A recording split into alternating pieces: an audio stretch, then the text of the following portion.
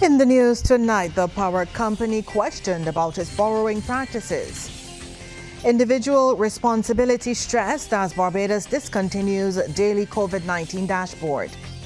10 people displaced by a house fire in the New Orleans area. And in sports, the Royals and Tallawahs in battle for CPL supremacy. Broadcasting from our studios in the Pine St. Michael, this is CBC NewsNight, starting now.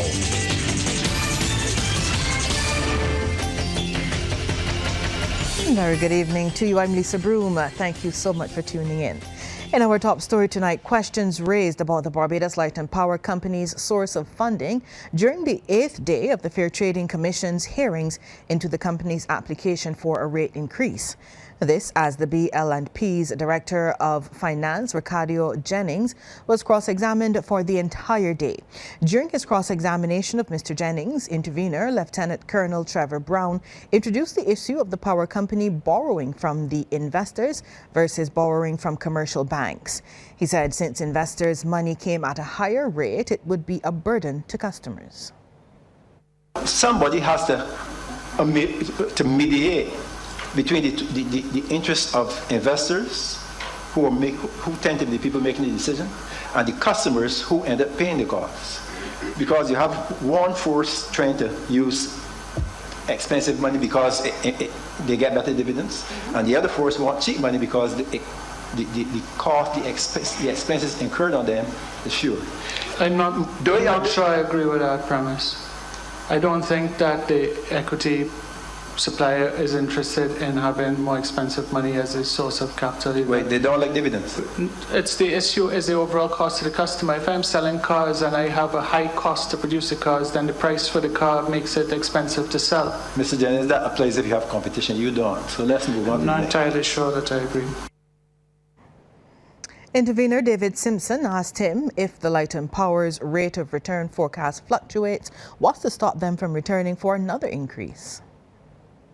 The forecast is just that it is a forecast, and there's quite a bit that is changing in the industry now. Now, how that change happens and what happens beyond now, I think we've had a lot of discussion in this hearing so far about that not being part of this application. So I'm cautious around how I approach it. But to answer your question, with the change in times and with the change of what's happening, it's going to have to be evaluated as it unfolds. And I'm not able to sit down here and testify to say that you're not going to end up right back here. I'm going to say that you're going to try and manage as best as you could, as we have always done. Seeking a rate increase is always the last thing that we are looking to do. Intervener Tricia Watson inquired why the Barbados Light and Power Company hasn't produced a useful life study for their proposed clean energy bridge, given its importance. Typically, we do depreciation studies every 5 to 7 years or so. In between the situations that come up, like the acquisition of when we did the solar farm or when we did AMI, and when we've done the clean energy bridge, where a depreciation study isn't formally commissioned, but the same methodology that is used when the depreciation study is done was followed, and they're using a remaining life and straight line method is what is used. And the information supplied by the asset management folks with the work that they do they determine and inform their retirement date, and we apply depreciation based on that.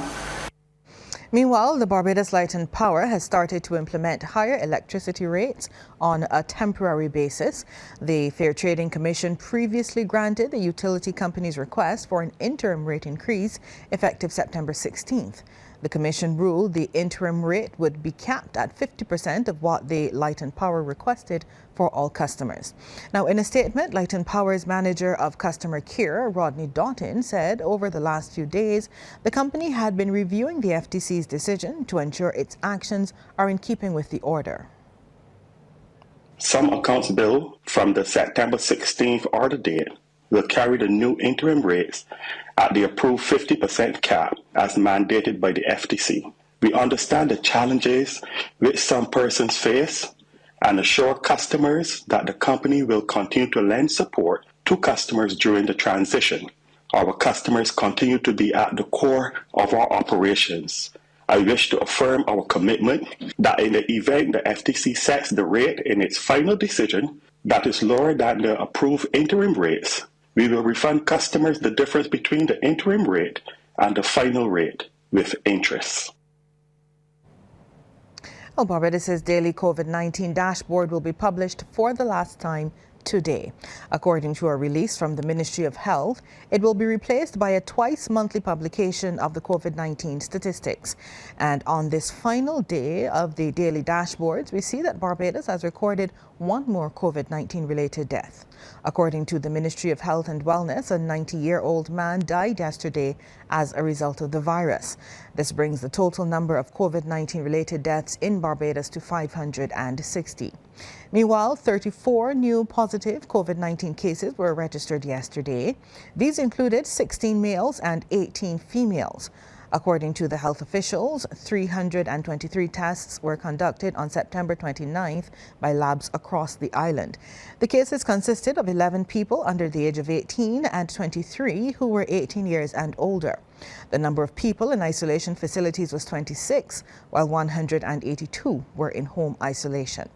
Under the National Vaccination Program for COVID-19, the total number of people with at least one dose is 163,640.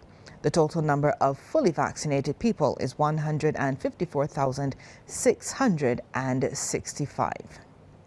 And an emergency room physician has been commenting on that decision to discontinue the daily dashboards.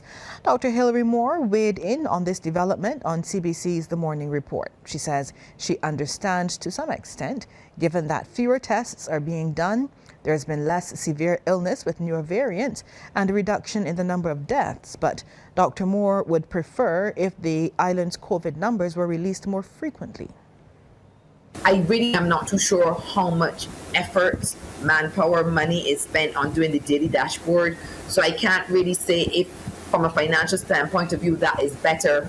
But I do like knowing where our numbers are. Maybe not daily, but I would say maybe every few days. That's me personally. But again, I do not know what, level of manpower and finances has to go into producing a daily dashboard. So I'm on the fence about how I feel about it at this moment in time, for removing it daily. While Dr. Moore understands the removal of the mask mandate, she has welcomed the decision to keep it in schools and healthcare institutions. She's highlighted some segments of the population who should still mask up. I still want people to understand there is still a personal responsibility. I actually do appreciate that I've been going around the place and I see people that are working in stores. I find they're still wearing masks because obviously they interact with multiple different people. You still see some people going into establishments with their masks on. So there is still a personal responsibility to your mask wearing. So if you know that you have an immune system that doesn't work as well, whether you're diabetic, you're elderly, you have immune diseases, especially those ones that are taking immunosuppressives, cancers and stuff like that, it may be still beneficial to you to wear the mask. Barbados has signed an air services agreement with the government of Qatar.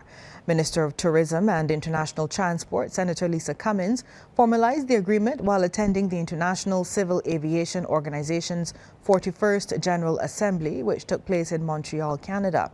She said the agreement, along with a joint memorandum of cooperation, would allow Barbados and Qatar to begin discussions on commercial carriers flying to the island.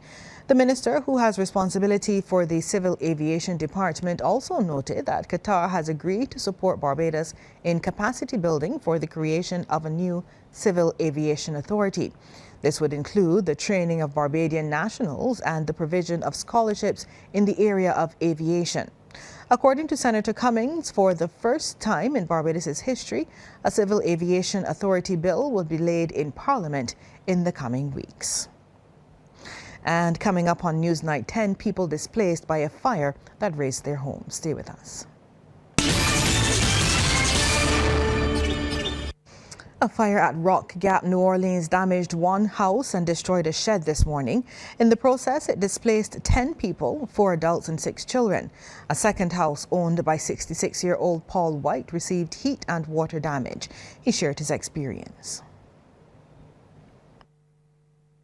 out in the bedroom, sitting down drinking my tea, right? And then I smell this thing like smoke. And when I look out, I see a lot of dark smoke coming from the next door neighbor house. Like out there by the panel box, situation. Then I see a lot of dark smoke coming from there. So I think the fellas shout and ask who home, and the boy don't want to not so long left to car studios, straight to it. Then I try to get out. I try to get out, but I rest out the tea on the table, on the next to the television, and I try to get out through the front door. Representative for the City of Bridgetown, Corey Lane, was on hand offering assistance to the displaced. And I've been able to assure the family that they would have a roof over their heads. Tonight they will have clothes on their back and they will have food in their stomachs. The ministries and the agencies will continue to assure that these families are well assisted. Mr. Lane is also appealing to all Barbadians to regularly check the electrical systems in their homes. We actually in the City of Bridgetown have a fire prevention program. Just 2-3 days ago I was on the line with the Chief Fire Marshal, Chief Fire Officer Maynard, talking about fire prevention and different initiatives that we want to deploy.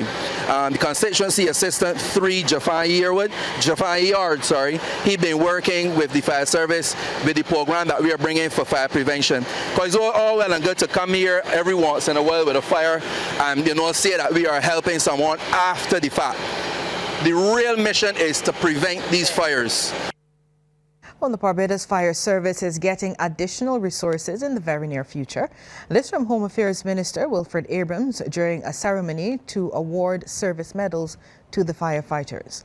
He, along with a contingent from the service, pinned the medals on a number of officers who've been recognized for their part in the fight during the height of the COVID-19 pandemic. Minister Abrams says the fire service, like the other service organizations in Barbados, performed outstandingly and deserved to be honored. We've produced and performed at the highest level with limited resources. The service will be provided with additional support as we currently have 20 officers in training and another 24 should be joining them in another month or so. We as a government are working on ensuring that you have enough personnel to continue to effectively service the public of Barbados. We're also working towards ensuring that those long-awaited promotions are addressed in a transparent manner and in the shortest possible time frame. Meanwhile, Chief Fire Officer Errol Maynard encouraged the officers to keep giving of their best, despite members of the public questioning their productivity between calls. And sometimes not so nice language is used out of ignorance. I assure you this morning, and all you in the hearing of my voice, that the extremely brave and selfless men that we call firefighters and fire officers are always prepared and in a state of preparedness, ready to respond and to mitigate all sorts of emergency, except those that need a gun or firearm to resolve. Fewer cases of late-stage cervical cancer being diagnosed in Barbados. That's according to Chief Medical Officer Dr. the Most Honorable Kenneth George. He was speaking during the 30th Pan-American Sanitary Conference, where he provided a progress report on the local plan of action for cervical cancer prevention and control. Barbados welcomes the new guidance given by SAGE and WHO, offering a single-dose vaccine for the prevention of cervical cancer. We continue to have up-to-date statistics on all cancers in Barbados through the Barbados National Registry. We are pleased to note that late-stage cervical cancer rates are falling in Barbados. A local law office has drafted a bill it hopes will put an end to elder abuse in Barbados. Attorney at law Corey Beckles and his executive legal assistant Anthony Hines have been working on the Barbados Elderly Act legislation for the past 2 years and says it is now ready to be presented to the public. Attorney at law Caviar Callender, who helped revise the document, says it's intended to prevent elder abuse and act as a deterrent for would-be abusers. In Barbados, almost daily, elders are abused, whether it be physically, financially, emotionally, unfortunately, as well as sexually. So we're hoping that once this legislation is able to go through Parliament and enacted, that we would not only have a cut down on the incidence of it actually occurring, but when it does happen, that there will be ramifications to deter others from also doing anything of the sort. Mr. Beckles confirms they will be sharing the draft legislation with the necessary government agencies with a view to getting it passed in Parliament. The Barbados Elderly Act 2022 provides for the establishment of the Barbados Welfare Council, whose specific purpose will be to maintain, safeguard, protect and preserve the welfare of all elderly persons. The Elderly Welfare Council will have specific powers which will enable them to carry out the purpose of the Act.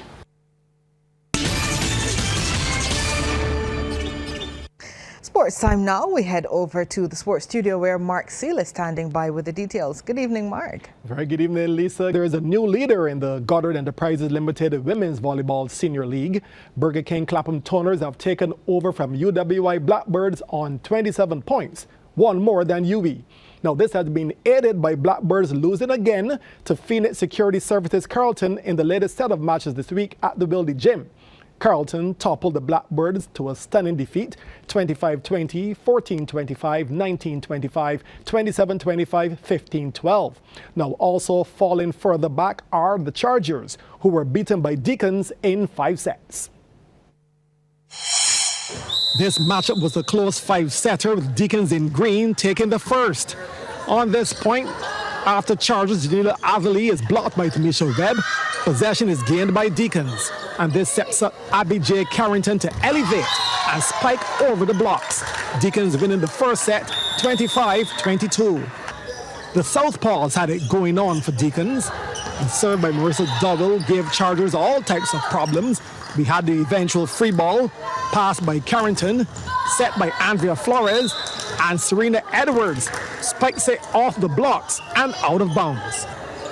Chargers, though, would take that second set. This time it's Deacons who gave up the free ball on the serve from Dana Babb. Then later on in the point is Babb again with the short set for Janila Avali in the middle. And she crashes the ball too quickly for Carrington to set her feet and try to dig. Chargers taking that second set, 25-20, and it's now 1 set each.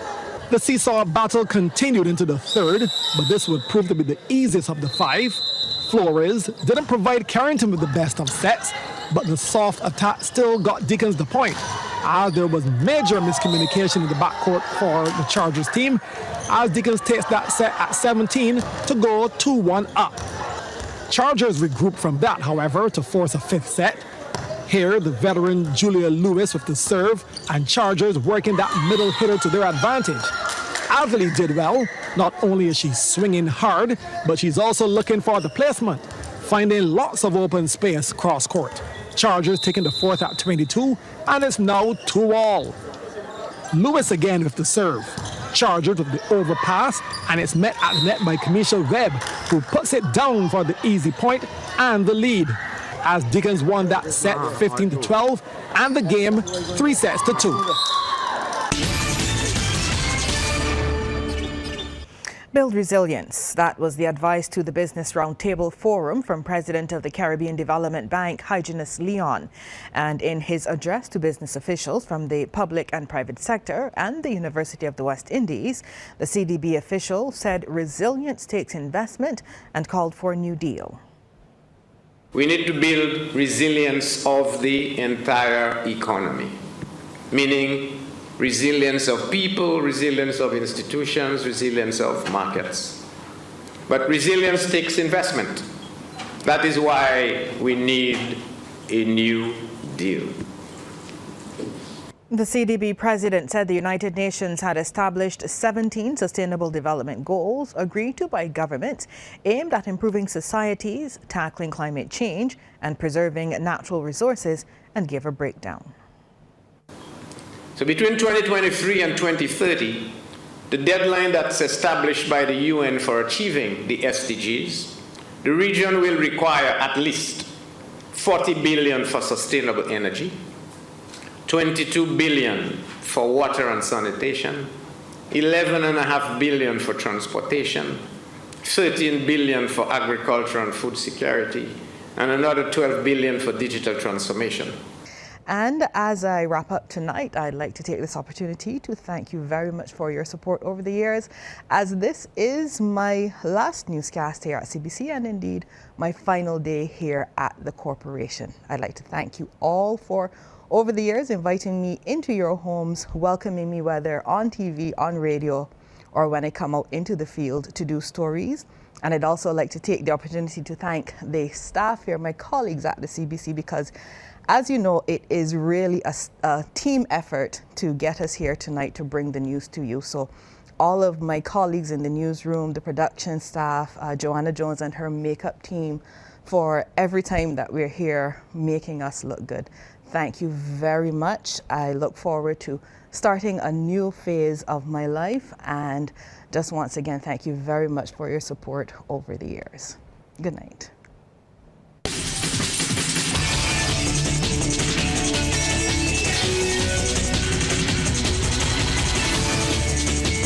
Thanks for visiting us. To get more stories like this one, like and subscribe to our YouTube channel.